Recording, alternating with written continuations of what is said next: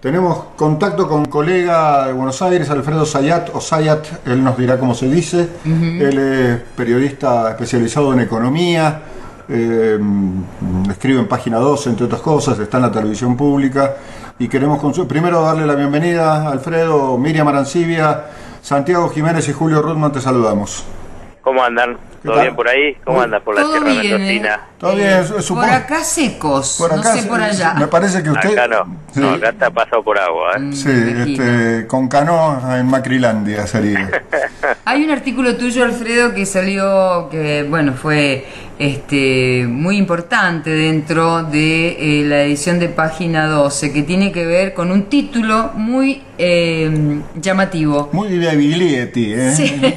A desmalezar. ¿A desmalezar o a desalambrar? No, Sí. es desmalezar.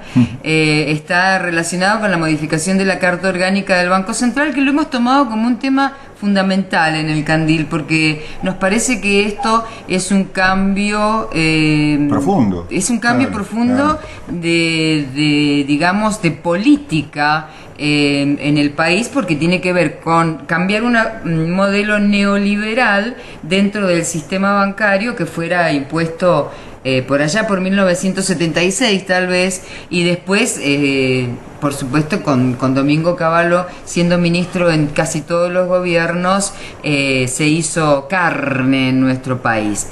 ¿Por qué no nos explicás qué significaría para la economía de todos los argentinos y argentinas el hecho de esta modificación? Bueno, tiene un aspecto muy importante, que es que el Banco Central puede regular e intervenir con mucho más énfasis, autoridad sobre tasas de interés, condiciones de los préstamos, cargos y que cobran los bancos. A ver, vamos a traducirlo. Si los clientes de los bancos tienen que responder la siguiente pregunta: ¿están contentos con el servicio que le dan los bancos en cuestión de lo que le cobra por las tasas de interés, las comisiones por renovación de tarjetas o por cargos varios en diferentes servicios que prestan los bancos? Bueno, si la respuesta es no, respuesta que evalúo como la más probable y mayoritaria, bueno, esta reforma apunta a que el Banco Central pueda frenar los abusos de los bancos con sus clientes.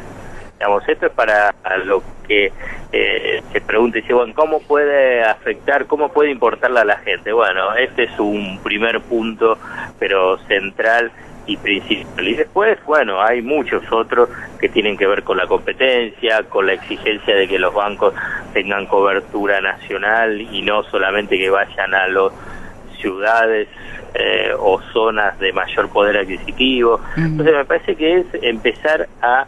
Cuando digo desmalezar es porque cuando en un campo tenés demasiados arbustos y yuyos que en realidad son dañinos, lo que necesitas es desmalezar. Bueno, es lo que se necesita en el sistema bancario, sistema financiero, para hacerlo más global, argentino. Alfredo, hay un tema que siempre nos llama la atención en estos últimos tiempos y que tiene que ver con la concepción o el modelo neoliberal, es que los bancos en realidad no trabajan, sino simplemente cobran. Los bancos en realidad han perdido su función esencial, que es la de ser intermediarios entre el ahorro y la inversión. Ese es el punto esencial. Entonces se han convertido en una inmensa caja de cobrar comisiones y tasas usurarias en créditos al consumo o de descuento de documentos, sumado a la especulación que pueden hacer por la suba de las cotizaciones de los títulos públicos. Entonces, lo que se necesita es un sistema financiero orientado al desarrollo, y orientado al desarrollo significa que sea el intermediario entre el ahorro y la inversión productiva. Y bueno, ahí es donde la nueva Carta del Banco Central va a darle una facultad importante al Banco Central para orientar el crédito que dan los bancos, a partir de decirle, bueno, tienen que darle más crédito a las pymes, tienen que dar más créditos a economías regionales, y no simplemente destinar los excedentes que tienen, la liquidez, como se llama técnicamente, solamente a los créditos al consumo. Alfredo, según tu óptica, en el discurso de apertura de las sesiones ordinarias del Congreso, la presidenta Cristina Fernández dijo que prefería esta vía, la vía de la reforma a la Carta Orgánica del Banco Central, al proyecto presentado, entre otros, por Carlos Heller de modificar, de transformar la ley de entidades financieras en ley de servicios financieros. ¿Cuál es tu óptica y por qué sería, en todo caso, mejor, o cuál te parece que haya sido el motivo para que Cristina haya dicho esto? Muchos de los conceptos y de las ideas y propuestas que están en el proyecto de Carlos Heller se han incorporado a esta reforma de la Carta Orgánica del Banco Central. La verdad que son temas de forma. La verdad que yo a mí en general en todos los temas trato de concentrarme en aspectos que tengan que ver con el contenido y por cuál es el rumbo para hacer las transformaciones. La verdad que si es modificar la ley de entidades, si es con la Carta Orgánica, si con la Carta Orgánica se incorporan muchos de los aspectos mencionados en la ley de entidades financieras que propuso y propone modificar Carlos Heller, qué sé yo, me parece que es secundario. Me parece que lo relevante es decir, bueno, a ver, con la nueva Carta Orgánica Banco Central, ¿se va a poder poner límites a la concentración del sistema financiero? Sí, es lo mismo que planteaba Carlos Heller. De otra forma, en la de Heller planteaba decir no más del 8% del total del mercado puede tener un banco determinado. Bueno, y así, qué sé yo, me parece que son aspectos hoy de forma. Si vos decís, ¿sería deseable a futuro también una modificación de la carta de la ley de entidades financieras? Te diría que sí, pero me parece que hoy lo relevante y de fondo es que se apruebe esta modificación de la Carta Orgánica, que es una reforma financiera más importante de este periodo kirchnerista, y a partir de que empiece a avanzar y empiece a haber cambios y se ejecuten esos cambios, y bueno, la modificación de la ley de entidades financieras va a ser de forma y en todo caso que va a decantar sola en los próximos años. Alfredo, sí. Respecto de la visión que vos tenés, o que bueno, que tiene esta modificación de la Carta Orgánica y que se incorpora otros sistemas de pago, las cámaras compensadoras, empresas de remesas de fondo, transportes de caudales, ¿en qué medida esto, que nosotros no entendemos muy bien, sirve para la economía de la nación?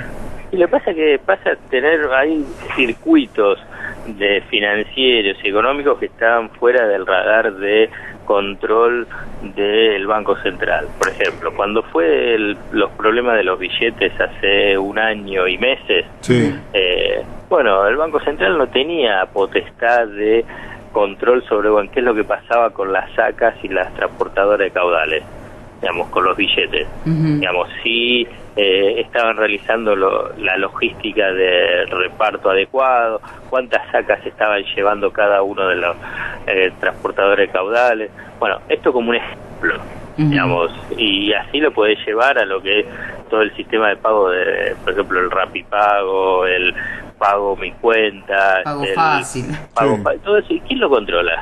Nadie. Y tiene una administración de recursos muy importante. Claro. Entonces, bueno, ahora pasa a estar en el perímetro de regulación del Banco Central. ¿Y remesas de fondos, por ejemplo?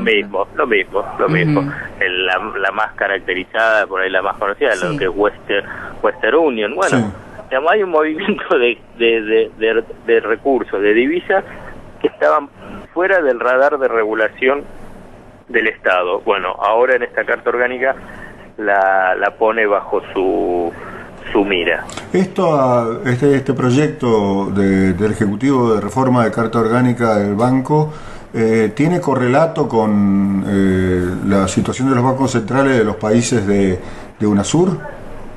Algunos sí, otros no. Digamos,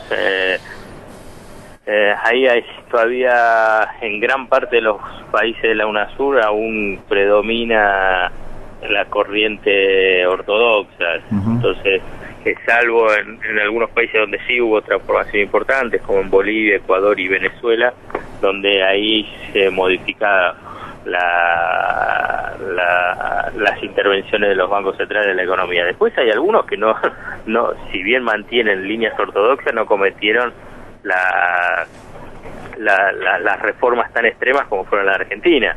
O sea, en Brasil el Banco Central sigue teniendo unas facultades que Argentina las perdió en el 92. Por ejemplo, la de financiar al sector productivo y fundamentalmente, por ejemplo, utilizar reservas para financiar y prefinanciar exportaciones. Digamos, herramientas que la Argentina, por la reforma del 92 de Cavallo, la perdió con el Banco Central, ¿no? Perdón, he leído declaraciones del ex titular del Banco Central, Martín Redrado, el Golden Boy, en el sentido de que este proyecto de reforma es porque el gobierno no tiene fondos. Tiene que ser caja. Claro, porque se quedó sin caja, eso sería, digamos. Entonces es como que manotea la guita del Banco Central. Bueno, qué sé yo, digamos, me parece que Redrado, expresidente del Banco Central de la Argentina, y que han demostrado que sus argumentos son endebles y que no se corresponden después con la realidad, sus pronósticos tremendistas no corresponden con la realidad. Digamos, la verdad que tienen la ventaja de que aún le siguen consultando, pese a que se equivocan una y otra vez sobre los pronósticos y evaluaciones de la economía argentina, sobre la situación financiera, sobre la situación del dólar, sobre la paridad del dólar. Pero bueno, cuando exfuncionarios y siempre estuvieron tan cerca de los intereses de los bancos y del sistema financiero, financiados por esos sectores financieros, bueno, hay que saber que defienden las cuentas de esos representantes del poder económico. Son empleados. Cuando hablas de cambio, el tema de la paridad del dólar o no, este sistema propone un cambio flexible. ¿En qué medida? No, ya está. El tipo de cambio flexible, o sea, que no haya una paridad fija del dólar, es después de la mega devaluación del 2002.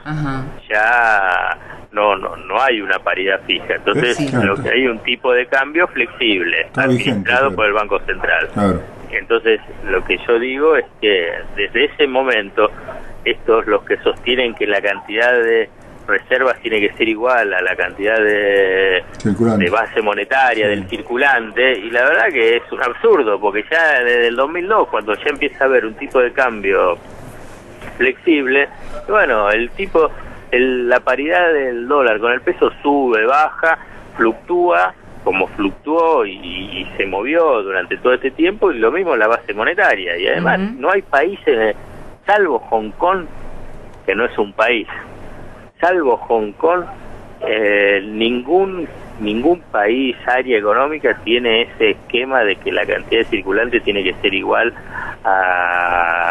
circulante de moneda doméstica tiene que ser igual a la cantidad de reservas que tiene que tener el Banco Central. Ahora, si aumenta o baja... Hong Kong tiene una convertibilidad, por eso. Claro, si aumenta o baja el dólar, a los argentinos nos da como una especie de electricidad negativa, porque estamos un poco... de todos modos, creo que hay una cultura respecto del dólar. Es mi opinión acá con Julio. No, pero es cierto, existe una cultura dolarizadora y dolarizada. Lo cierto es que el tipo de cambio, o sea, el dólar fue subiendo y está administrado, digamos, y ajustándose en función a objetivos de política económica y política industrial, y la verdad que no ha generado ningún tipo de estrés a partir de ese movimiento. Sí, el estrés cambiario se registró por diferentes corridas, por lo que vos también decís, por esta cuestión de esta vocación dolarizadora que se tiene de los excedentes de capital que existe en Argentina. Bien, hay un solo tema que a mí por lo menos se me representó en la figura de préstamos hipotecarios. ¿Esto servirá para que se redireccione el crédito hacia las familias por el gran déficit de viviendas que hay? Y ese debería ser uno de los objetivos. Bien. Redireccionar el crédito, pero fundamentalmente que haya tasas accesibles para la población. Claro, claro. Bien. Bueno, esto es todo por hoy. Te agradecemos mucho la clase de economía práctica, Alfredo. Bueno, un abrazo para ustedes. Chao. Chao, saludos. Es Alfredo Zayat, periodista en economía de Página 12. Que explica también